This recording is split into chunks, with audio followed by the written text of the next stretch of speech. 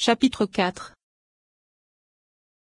En ce qui concerne le sujet de la forme, il est expliqué en de nombreux endroits du Zohar et il a été admis que cette forme est une quatrième chose qui ne possède ni Nefesh, ni Ruach ni Neshama. En vérité, elle se révèle plus qu'eux, à tel point que certains hommes pieux conçoivent son image dans ce monde. En vérité, à propos de sa nature et de sa formation, il est expliqué la chose suivante dans la Paracha Mort. J'ai trouvé dans le livre du roi Salomon que lorsque l'union se fait en bas, le Saint béni soit-il envoie une image ayant le visage d'un homme imprimé et gravé dans une forme, et elle se tient au-dessus de cette union. Et si l'œil de l'homme avait reçu la permission de la voir, il verrait au-dessus de sa tête une forme imprimée avec une face d'homme. C'est par cette forme que l'homme est créé. Et tant que cette forme n'eût pas été envoyée par son maître au-dessus de l'homme et n'y résida pas, l'homme ne fut pas créé. C'est ce qu'il est écrit. Elohim créa l'homme à son image, et cette forme se présente devant lui avant qu'il ne vienne au monde. Et lorsqu'il quitte ce monde, il grandit dans cette forme et part avec elle. C'est ce qu'il est dit.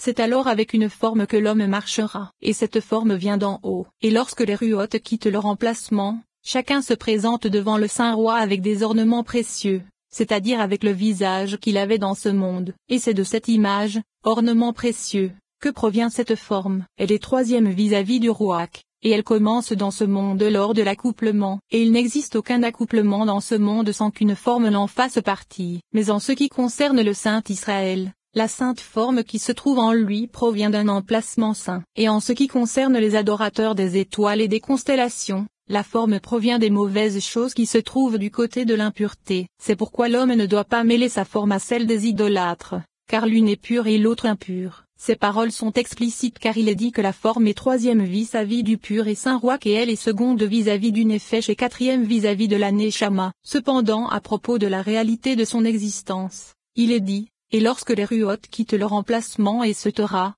c'est-à-dire que la réalité de la Neshama est comme un orfèvre qui purifierait de l'argent et en voulant lui donner une forme il ferait fondre cet argent, et afin de lui donner la forme désirée il devra auparavant dessiner l'emplacement du moule, ou le couler, et alors cette forme d'eau finie par l'argent purifié se matérialisera dans l'air. Voici que les âmes sont des choses spirituelles, que ce soit le Ruach, le Nefesh ou la Neshama. Et voici que puisque c'est grâce à l'accouplement qui est distribué le Shefa approprié à ces différentes parties, il faut une quatrième partie par laquelle elles puissent se matérialiser dans la forme de l'homme se dessinant dans l'air du jardin. Voici que c'est la réalité de la matière de l'air avec laquelle se définit la forme de ces parties. C'est pourquoi elle est troisième vis-à-vis du Ruach, quatrième vis-à-vis de la Neshama et seconde vis-à-vis du Nefesh. Ceci signifie que le Nefesh se dessine dans la matière de la forme, que le Ruach se dessine par l'intermédiaire du Nefesh, et la Neshama se dessine par l'intermédiaire du Ruach. Et c'est à propos de cela qu'il est dit, chacun se présente devant le Saint Roi,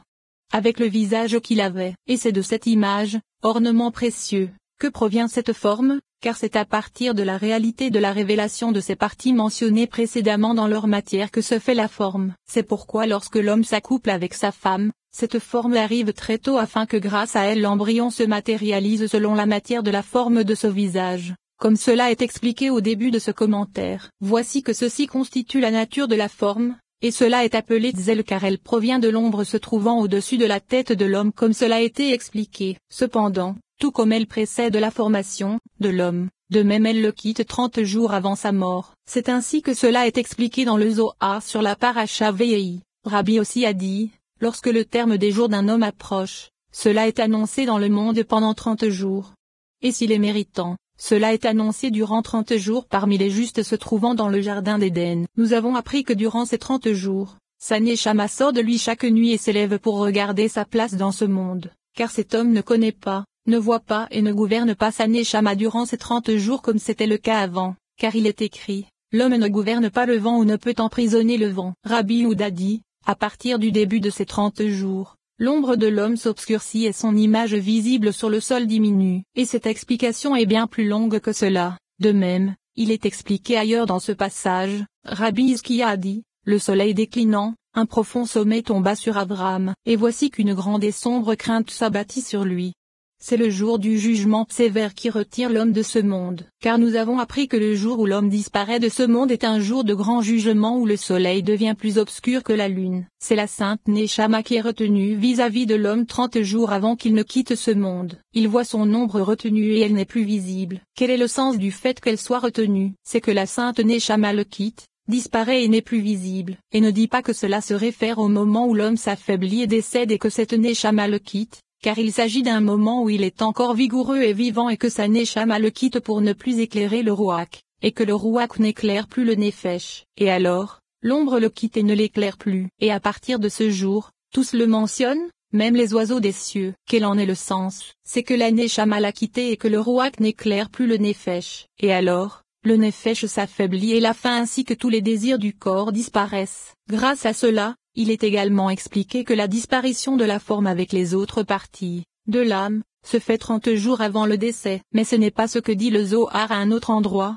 c'est-à-dire que la forme quitte l'homme le soir de Hoshana, vient et voit, lorsque le jugement est suscité dans le monde. Le Saint béni soit-il s'assoit sur le trône du jugement afin de juger le monde, et l'homme doit réveiller son repentir vis-à-vis de ses péchés, car c'est en ce jour que les décrets sont écrits et qu'ils sont tous placés dans le dossier des sentences. Et si un homme est méritant devant son maître, les décrets qui le concernent sont déchirés. Et ensuite, le Saint béni soit, il prépare pour l'homme le Yom Kippourim, le jour du repentir. S'il se repent de ses péchés, cela est très bien. Sinon, le roi ordonne de sceller les décrets. Malheur à celui que le repentir quitte. Et s'il réussit à se repentir mais pas totalement de façon appropriée, on le laisse en suspens jusqu'au dernier jour d'Atzeret qui est le 8e de la fête. Et s'il accomplit un repentir total devant son maître, les décrets sont déchirés. Mais s'il n'y arrive pas, ces décrets quittent la maison du roi et sont transmis entre les mains de l'ange du jugement. Et alors, le jugement est exécuté et les décrets ne reviennent plus vers la maison du roi. Et alors,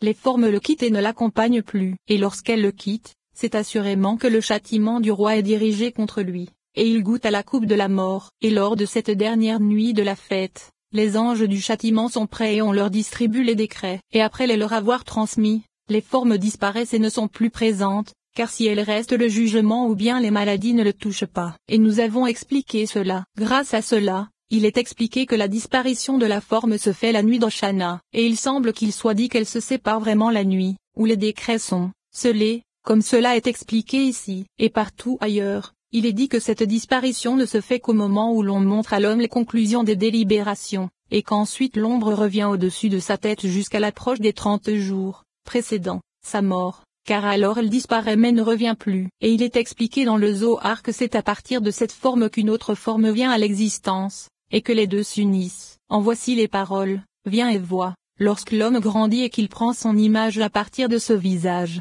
cette sainte forme s'unit avec une autre forme, et elles se prennent l'une l'autre. Et lorsqu'il y a deux formes, l'homme est protégé et son corps survit avec un nuage résidant en lui. Et lorsque le jour de son décès approche, elle le quitte, l'une élevant l'autre. Et l'homme reste sans protection, comme il est écrit, jusqu'à ce que le jour soit soufflé et que les ombres disparaissent, c'est-à-dire qu'elles sont deux. Et voici que dans ce commentaire il est expliqué qu'une forme fut faite à la forme. Nous avons trouvé que de façon générale, le forme de l'homme dans ce monde possède 7 forces dont 3 sont le Nefesh, le Rouach et la Neshama, et dont 2 sont le bon et le mauvais penchant qui sont des anges. Et il semble que selon l'opinion de Rabbi Pinéa, ils sont au nombre de 3. Et il y a également les 2 ombres, cela donne 7 en tout, ou bien 8 selon l'opinion de Rabbi Pinéa. Et il est possible que ce qu'a dit Rabbi Pinéa ne soit pas en contraction avec ce qu'a dit Rabbi Siméon, car ce que Rabbi Siméon a dit ici est précieux. Et cela ne signifie pas que le Rashbi, qu'il repose en paix, a repris cela en disant qu'ils sont 2, mais ils sont vraiment 2 et 3 à la fois, car l'ange de gauche qui est le mauvais penchant se change en 2 aspects, l'un accuse, et parfois il plaide en avocat, et il se trouve qu'en lui sont contenues 2 forces qui plaident de 2 façons. Voici qu'il se trouve que les paroles du Rashbi et de Rabbi Pinéa, qu'il repose en paix, sont valides car ils sont 2 et 3 à la fois, et le tout ne fait qu'un, comme nous l'avons expliqué. Et puisque dans les chapitres précédents nous avons parlé de la réalité de la forme de l'homme, de façon générale et particulière, nous allons maintenant expliquer le bénéfice de son existence dans le monde terrestre. Chapitre 5. L'objectif est d'expliquer le bénéfice de la Neshama dans ce monde, et le sujet en est que le principe de la Neshama se trouve après son élévation depuis le monde de l'action vers le monde de l'entendement, car avant sa descente elle était très déficiente, même si elle se trouvait à un emplacement élevé au sommet du monde. Et le sujet en est que la Neshama n'avait pas de réalité avant la naissance supérieure, et même après la naissance, elle est comme nue. Et c'est après sa descente dans le jardin d'Éden inférieur qu'elle se revêt d'un vêtement pur provenant de l'air du jardin d'Éden. Et il en est ainsi de la voie de tous les degrés qui s'élèvent. Et alors elle descend et se revêt. Et lorsque dans ce monde elle s'affaire à l'accomplissement de la Torah, alors elle mérite un beau vêtement appelé Aluka de Rabbanan. Et c'est le vêtement de la Torah et des mitzvot qu'elle aura étudié dans ce monde. Et c'est avec ce vêtement qu'elle arrive à s'élever et voir la face du roi, l'Éternel des armées son Père. Car avant d'être venue dans ce monde, elle était nue. Et lorsqu'elle quitte ce monde, elle ne se dirige pas vers le roi tant qu'elle ne s'est pas revêtue des vêtements de la Torah et des mitzvot, puisque le vêtement de l'air du jardin d'Éden est un vêtement simple et lisse sans ornement. Et ce doit être un vêtement de lin et de pourpre, c'est-à-dire des vêtements ornés qui sont la spiritualité des mitzvot, et ils sont fins et spirituels car c'est avec eux qu'elle s'approche de l'autel grâce à Michael le grand pontife. Et le sujet de ces vêtements a été expliqué par le Rashbi, qu'il repose en paix, dans le Zohar sur la paracha Vayaké. Alors ces deux chars s'élèvent à l'intérieur du palais caché du jardin et qui est appelé Ohalot, et là se trouvent 12 sortes d'épices cachées comme il est écrit, le nard et le safran, le jonc odorant et la cannelle, et il existe également 12 épices inférieures. Et c'est là que se trouvent les vêtements de la Neshama car elle se montre vêtue d'eux, chacun en fonction de ce qu'il est approprié qu'elle porte. Et c'est dans ces vêtements que sont imprimées toutes les bonnes actions qui sont accomplies dans ce monde car elles sont toutes imprimées en eux et proclament, voici le vêtement d'un tel. Et on prend ce vêtement et on en revêt la Neshama des justes qui se trouvent dans le jardin, à l'image de ce monde. Bon est l'héritage de quiconque mérite ces vêtements dont il est dit que les justes se revêtent dans le jardin d'Éden, car ils proviennent d'hommes qui ont accompli de bonnes actions dans ce monde en suivant la Torah. Et c'est avec eux que la Neshama reste dans le jardin d'Éden, vêtue de ces précieux vêtements. Et lorsque la Neshama s'élève par cette porte du firmament, d'autres précieux vêtements supérieurs lui sont préparés qui proviennent de la volonté et de l'intention du cœur lorsque l'on s'applique à la Torah et à la prière. Car lorsque cette volonté s'élève, elle est utilisée comme une couronne. Et il reste une partie pour l'homme à partir de laquelle est réalisé un vêtement de lumière dont se revêt la Neshama lorsqu'elle s'élève. Et bien que nous ayons dit que certains de ces vêtements dépendent des bonnes actions, les autres ne dépendent que de la volonté de l'esprit, comme cela a été dit, et ceci pour pouvoir résider parmi les anges qui ont des esprits saints. Ceci constitue l'explication de la chose. Et la Sainte Lumière a appris d'Élie que ces vêtements inférieurs qui se trouvent dans le jardin terrestre sont reliés aux bonnes actions, alors que les vêtements supérieurs sont reliés à l'esprit, à la volonté et à l'intention du cœur. Notre intention était d'expliquer cela, car il est dit dans ce commentaire que la réalité de la Neshama, du Nefesh et du Ruach, au moment de leur attachement à leur racine donc avant leur émanation, n'était pas limitée par la réalité des existences, car l'existence se réfère à leur propagation et à leur abondance dans la femelle, comme dans le cas de la lumière, des eaux et du firmament que nous avons expliqué dans la section sur les lettres. Ceci signifie qu'elle ne possède aucune existence semblable à celle d'une semence qui viendrait à l'existence à partir de la force fine qui se propage de la moelle, car il n'y a là aucune réalité de semence mais uniquement quelque chose de semblable à la lumière, c'est-à-dire une force dont il est approprié qu'il sorte une semence jusqu'à ce qu'elle soit prodiguée à l'emplacement de la cuisson. Et c'est sur la voie de sa descente qu'elle vient à l'existence. Et à l'emplacement de la cuisson, elle mature et se change en semence, et lorsqu'elle se trouve dans un ventre plein, il en sort une forme. Et il en est de même de la Neshama car dans Bina elle est semblable à la lumière, et le Shefa approprié est dirigé vers le Ruach dans Tiferet, et le Shefa approprié est dirigé vers le Nefesh dans Malkout. Et c'est grâce à l'union que ce Shefa apparaît en direction de la forme de la Neshama,